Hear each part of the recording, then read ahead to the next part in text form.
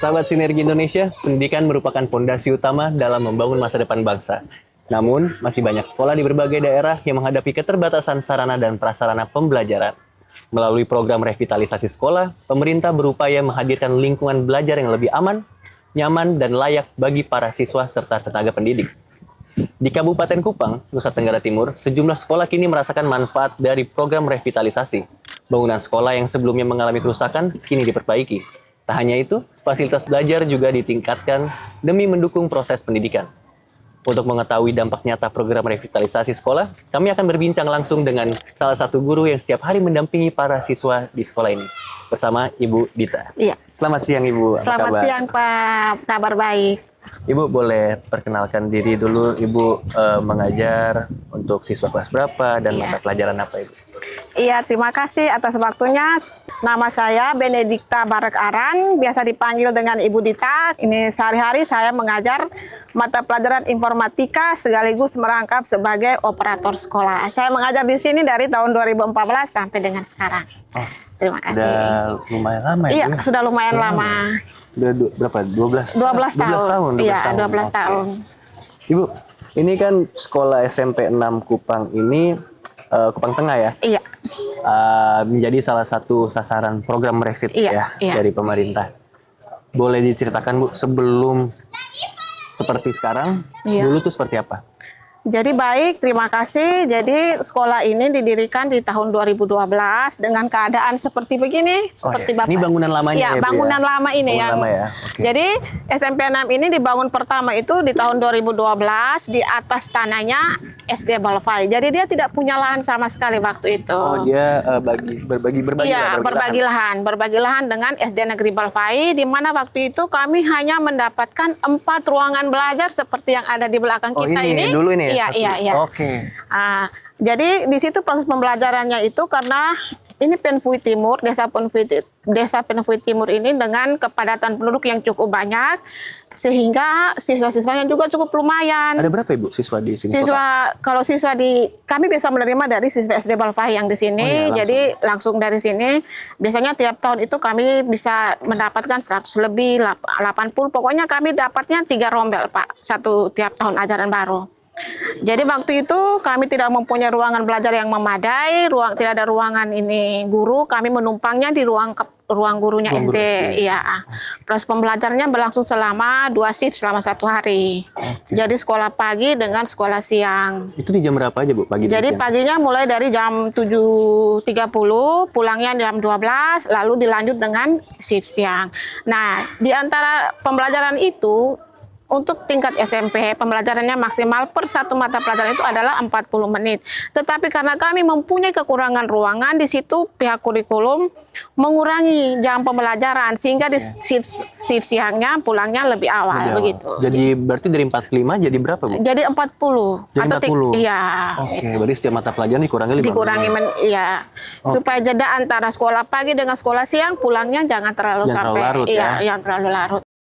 Tadi Ibu sempat bilang beberapa fasilitas mungkin kayak ruang guru dan juga ruang kelas. Selain dari ruang guru dan ruang kelas Bu, ada fasilitas lain mungkin yang di bangunan lama itu masih belum memadai. Iya, jadi kalau secara keseluruhan gedung SMP ini semuanya itu masih kurang Pak. Jadi pelaksanaan pembelajaran itu ya kita berjalan saja apa adanya dengan segala keterbatasan. Baik Bu. Iya. Mengganggu jalannya KBM tidak Bu? Untuk saya pribadi, dan Bapak Ibu guru kami semua, kami mengalami kesulitan karena sarana yang kurang, lingkungan yang tidak nyaman, karena otomatis Pak bisa lihat sendiri di dalam suatu kompleks yang kecil ini ada 2 sekolah dengan jumlah siswa yang cukup banyak, keributan, kenyamanan, sangat-sangat mengganggu proses pembelajaran. Oke, berarti ya kala itu keterbatasannya sangat dirasain ya Bu? Iya, sangat dirasakan. Kita Bapak Ibu guru yang dari pagi mengajar pagi, bisa mengajar siang lagi. Jadi kita tuh kayak waktu kita tuh benar-benar Berarti program Revit yang sudah ada ini itu dimulai dari kapan Bu? Tahun 2025. 25, berarti tahun lalu ya? Iya, tetapi sebelum ada program Revit kami dapat itu kan pasti ada proses koordinasinya, perbaikan data, koordinasi dengan pihak dinas dan segala macam. sehingga kami bisa mendapatkan revit di tahun 2025. Begitu perasaannya seperti apa Bu setelah dapat nih SMP 6 Kupang Tengah menjadi sasaran target program Revit? Perasaan Ibu gimana? Perasaan saya mungkin sebagai operator karena mengurus semua datanya untuk mau mendapatkan Revit, jadi situ perasaan saya senang sekali.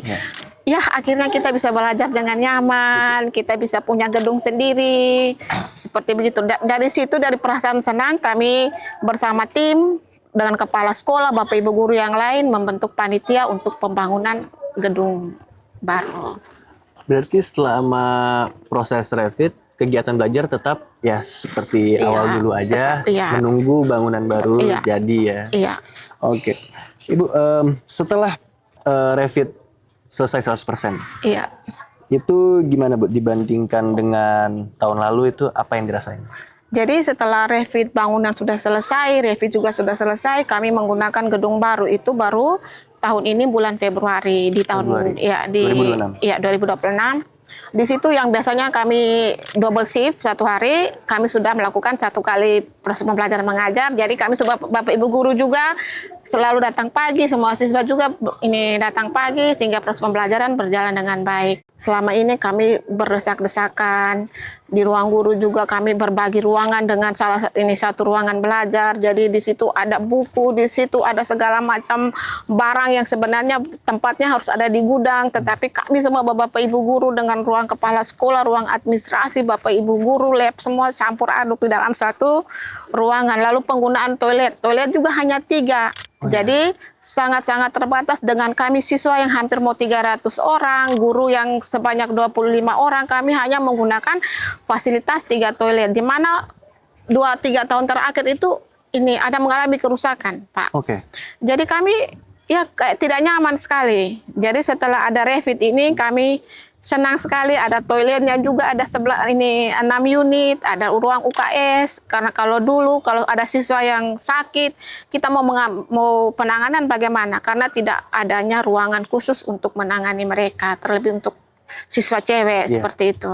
Jadi ya senang sekali kami semua Bapak Ibu guru. Jadi sekarang semua udah tertata pada tempatnya iya, ya? Iya, benar. Udah ruang guru ada, terus juga sekarang perpustakaan juga ada ya, walaupun masih sederhana. Iya. Ruang kelas juga bertambah. Iya, gitu. ruang kelas bertambah. Berarti bisa dibilang ruangan yang lama tetap digunakan, tapi ada penambahan. Jadi bisa menampung lebih banyak siswa juga ya. Iya. Kalau Ibu melihat dari siswa-siswi yang ada, sebagai guru melihat mereka sekarang udah tidak berdesak-desakan seperti yang Ibu bilang, terus juga ruangan bertambah, bangunan baru juga. Ibu melihat mereka gimana? Jadi setelah ada penambahan ruang baru, ada penambahan juga ini papan IFP, kami punya proses pembelajaran mengajar mengalami peningkatan. Ini terbuktinya dengan hasil nilai rapot pendidikan kami ini mencapai angka yang cukup lumayan untuk Kabupaten Kupang. Kemarin ada uji kompetensi TKA juga, kami punya anak-anak juga bisa mendapatkan hasil yang cukup memuaskan. Jadi dengan adanya Revit, dengan adanya penambahan ruang baru, sudah ada motivasi dari guru, sudah ada motivasi belajar dari siswa, sehingga hasil yang kami peroleh juga ada perubahan. Iya. Kalau dari Ibu sendiri, kelayakan sekolah itu penting nggak bagi siswa? Jadi menurut saya, keadaan sekolah yang nyaman itu menciptakan lingkungan yang konduktif, lingkungan yang damai, lingkungan yang tenang. Nah, itu menghasilkan generasi atau siswa-siswa di situ kita belajar dengan giat, belajar dengan rajin, otomatis menghasilkan generasi-generasi yang penerus yang baik. Dan sekarang mungkin Ibu udah mulai merasakan Ibu ya dengan ada program Revit ini ya. Ibu mungkin ada pesan untuk atau ingin menyampaikan sesuatu terhadap Bapak Presiden mungkin atau Bapak Menteri atas terjadinya program Revit di SMP 6 Kupang Tengah ini?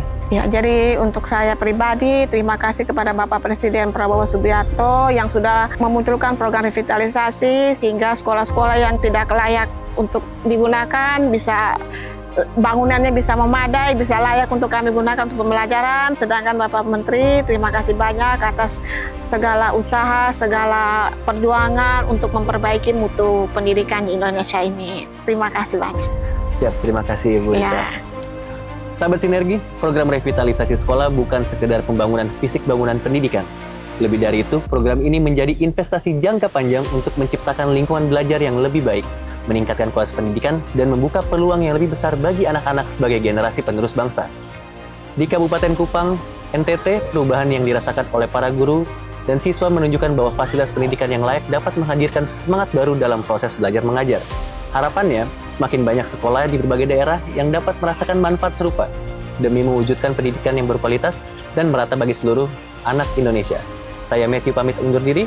Sampai jumpa di episode Sinergi Indonesia berikutnya. Terima kasih, Bu. Ya, terima kasih, Pak.